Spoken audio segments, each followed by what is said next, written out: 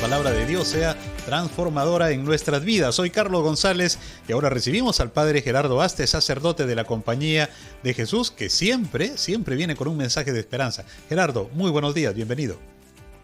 Buenos días, Carlos, muchas gracias. Buenos días a todos ustedes que nos escuchan todos los domingos.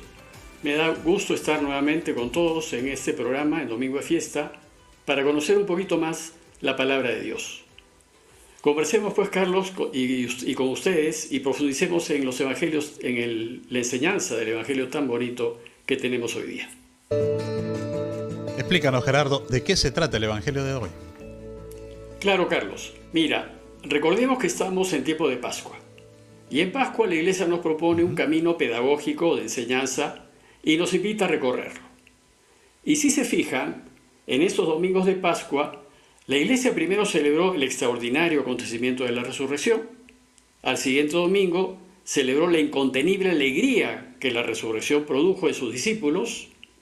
El domingo pasado reflexionamos en la honda necesidad que tuvieron los suyos de contarles a todos esta increíble noticia. Y hoy, en este cuarto domingo de Pascua, veremos que la Iglesia nos invita a meditar en la respuesta de quienes escucharon la increíble noticia de su resurrección. ¿Qué tenemos que hacer? Bueno, pues el Evangelio de hoy nos ubica en un día sábado, probablemente en alguno de los patios del templo, y poco después de que Jesús curó al ciego de nacimiento. Y parece que la curación del ciego de nacimiento produjo una fuerte tensión entre los judíos, en su mayoría fariseos, y Jesús y sus seguidores. Teniendo pues por interlocutores a los fariseos, Jesús cuenta la parábola de hoy, la del buen pastor. Y por medio de ella denuncia la indolencia de los fariseos, que se consideraban buenos pastores, pero que no se preocupan de sus ovejas ni son capaces de dar su vida por ellas, como por ejemplo no se preocuparon del ciego de nacimiento, sino más bien lo maltrataron. Veremos pues que en esta parábola las ovejas representan a los creyentes, a los seguidores del Señor, el lobo representa a las fuerzas del mal, que buscan diezmar y hacer desaparecer a los discípulos, a la Iglesia, y los pastores, que cuidan a las ovejas, representan a las autoridades que, como veremos, pueden ser o propietarios de ellas o a sueldo. Así es que, Carlos, te invito pues a conversar un poco acerca de este hermoso evangelio. Gerardo, has hablado de que la parábola de hoy sigue a la curación del ciego de nacimiento, pero no me queda muy clara la relación entre estos dos relatos. Por favor, si nos puedes explicar. Por supuesto, Carlos. Pero para poder entender la enseñanza de hoy, primero me voy a referir brevemente a la primera lectura de la Eucaristía de hoy, que está en Hechos de los Apóstoles 2, en donde Pedro aparece contándoles a los habitantes de Jerusalén lo que sucedió con Jesús. Dice esta lectura que Pedro, de pie con los 11, pidió atención y les dirigió la palabra diciendo: todo Israel esté cierto, que al mismo Jesús a quienes ustedes crucificaron, Dios lo ha resucitado y lo ha constituido Señor y Mesías. Pedro hablaba con esa enorme fuerza de convicción que brota de la autoridad de haber sido testigo directo de la resurrección. Y su anuncio fue tan convincente que Hechos nos dice que estas palabras les traspasaron el corazón y preguntaron a Pedro y a los demás apóstoles: ¿y qué tenemos que hacer, hermanos? Bueno, pues esto es lo que suele pasar cuando uno es confrontado con la extraordinaria noticia de la resurrección de Jesús. Cuando caemos en cuenta de que si Jesús ha resucitado, no podemos quedarnos sin responder. No podemos permanecer indiferentes, tenemos que reaccionar. Hay que hacer algo. En consecuencia, si Jesús resucitó, la pregunta que debemos hacernos es: ¿y nosotros? ¿Qué tenemos que hacer para también resucitar? Y entonces Pedro les va a decir: si quieren también resucitar, deben vivir como vivió Jesús. Por tanto, conviértanse y bautícense todos en el nombre de Jesucristo para que se les perdone los pecados y recibirán el don del Espíritu Santo. A ver si he entendido bien, Gerardo. Las dos condiciones que Pedro nos exige para que podamos resucitar son convertirnos y bautizarnos. ¿Estoy en lo correcto? Efectivamente, estas son las dos condiciones que la Iglesia pide a quienes, deslumbrados con la resurrección de Jesús, desean unirse a la Iglesia para también resucitar. Primero, hay que convertirnos. Y convertirnos significa estar yendo en una dirección y decidir moverse en dirección contraria, totalmente opuesta. Significa girar 180 grados y ver y enfrentar la vida desde su antípoda.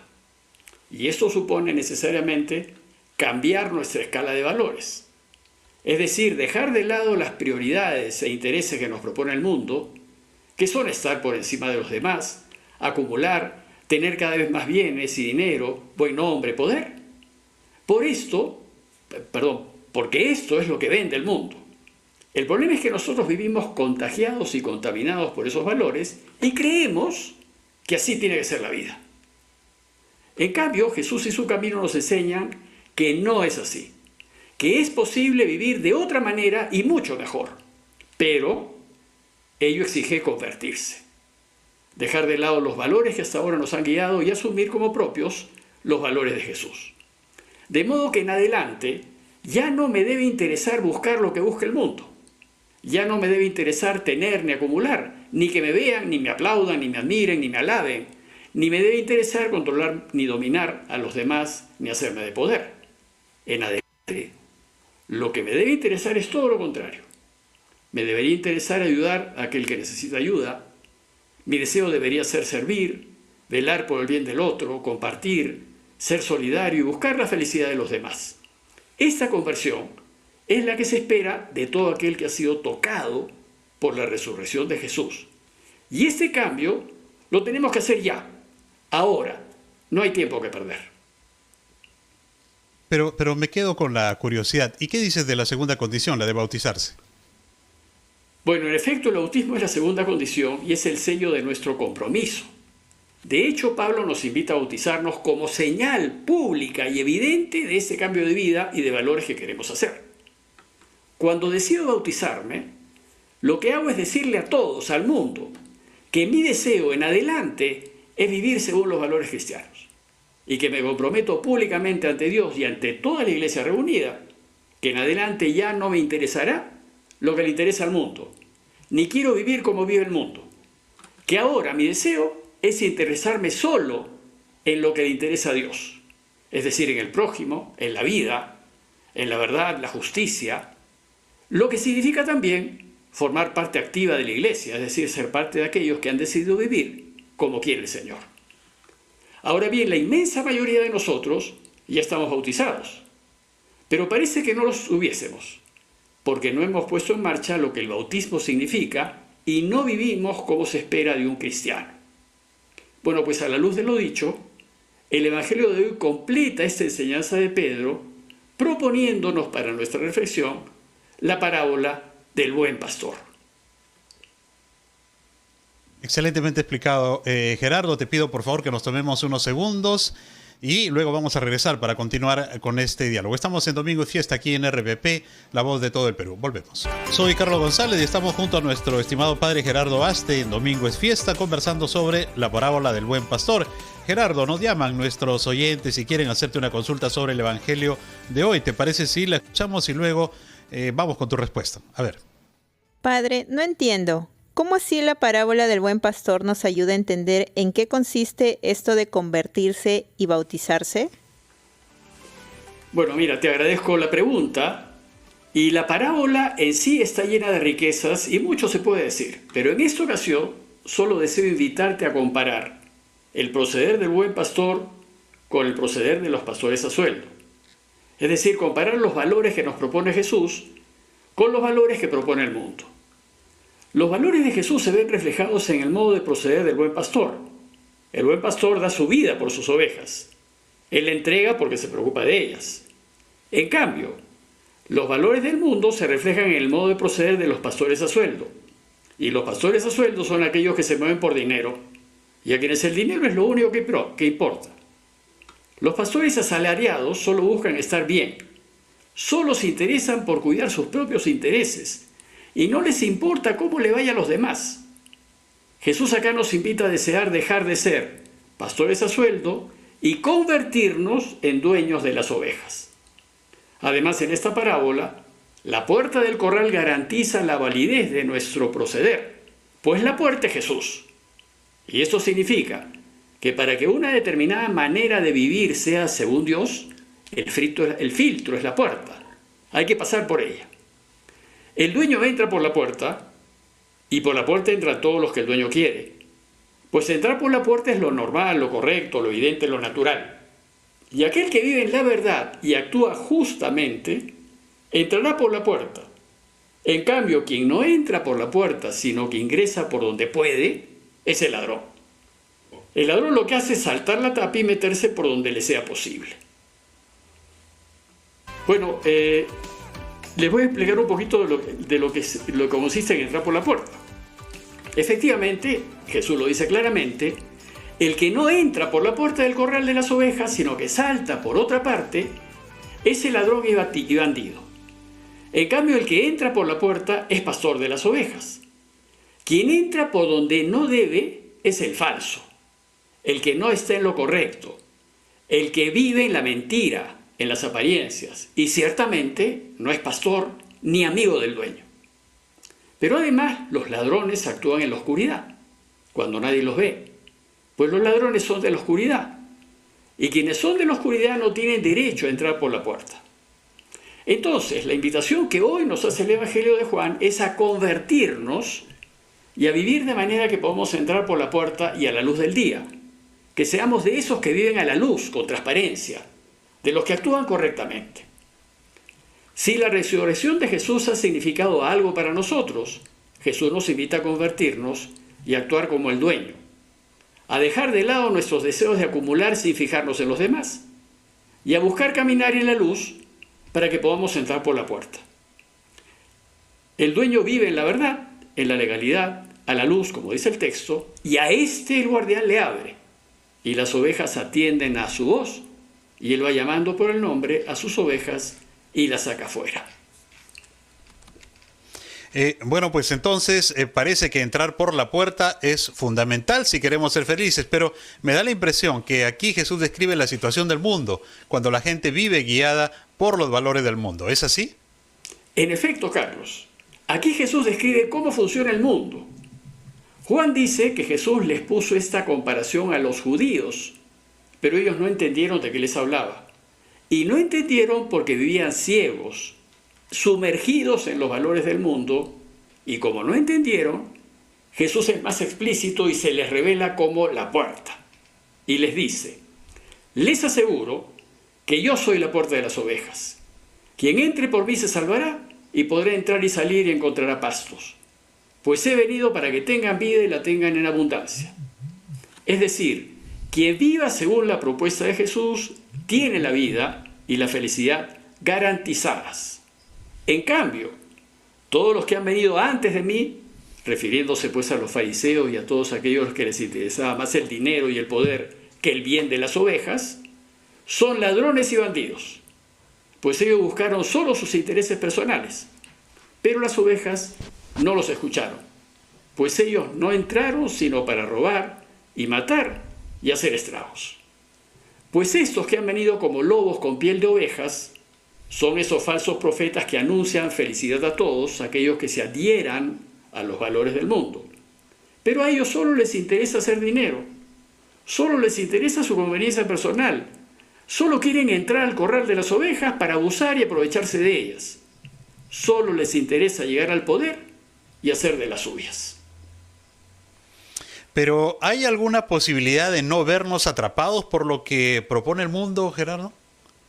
Bueno, felizmente quienes realmente son sus ovejas, es decir, quienes viven con consecuencia el compromiso de su bautismo, no escucharán a los falsos pastores ni se dejarán engañar. O como dice el Señor, a un extraño no lo seguirán, sino que huirán de él porque no conocen la voz de los extraños. Nosotros, en cambio, iremos conociendo la voz del Señor en la medida en que vayamos escuchándolo y reflexionando en su palabra. Y si nos acostumbramos a hacerlo con regularidad, no nos dejaremos engañar por los ladrones y solo seguiremos la voz del Señor. Entonces, si ante el anuncio de la resurrección la pregunta a hacernos es ¿y qué tenemos que hacer? La respuesta es muy clara.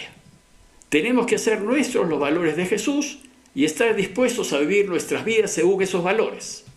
Tenemos que decidir vivir en la verdad, en la transparencia, en la justicia, sin nada que ocultar. Y tenemos que decidir gastarnos y desgastarnos, buscando siempre ayudar, servir y hacer que el que está a mi lado sea feliz.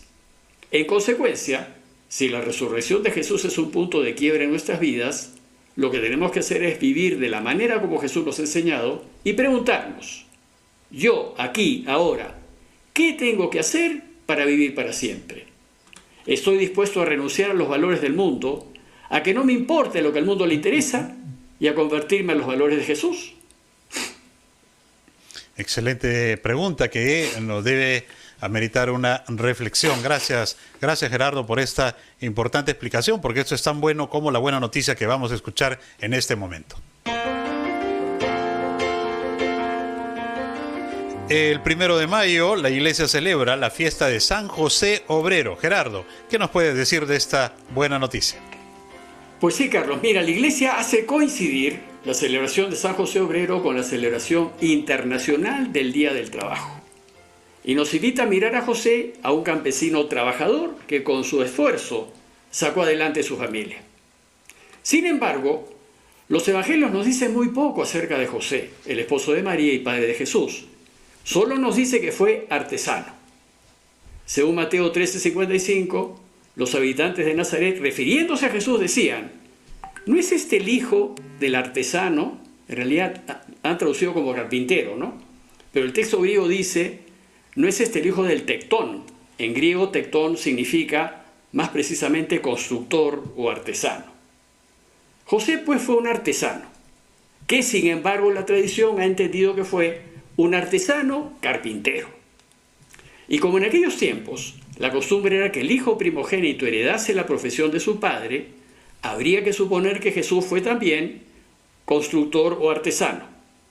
Por eso cuando nos relata la visita que Jesús hizo a Nazaret, Marcos 6:3 nos dice, ¿no es este el carpintero, el tectón, el hijo de María?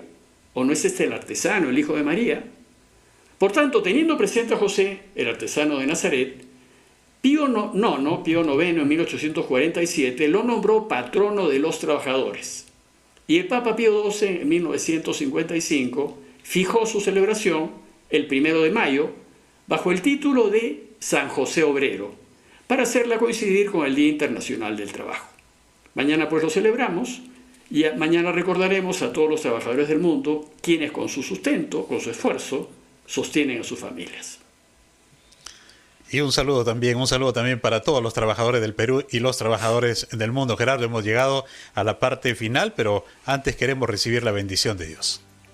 Vamos a pedirle pues a Dios Padre que es bueno y misericordioso, que por intercesión de San José, nos bendiga, Él en el nombre del Padre, del Hijo y del Espíritu Santo, y permanezca su bendición siempre con todos ustedes. Amén. Carlos, muchísimas gracias. Gracias también a todos ustedes. Les deseo a todos un muy buen domingo y una buena semana. Buenos días a todos. Un buen domingo para ti también, Gerardo, y un buen domingo para todos los peruanos. Hay que seguir adelante y no perder las esperanzas. Muchas gracias, muy buenos días. Nos encontramos el próximo domingo en una nueva edición de Domingo es Fiesta. Gracias.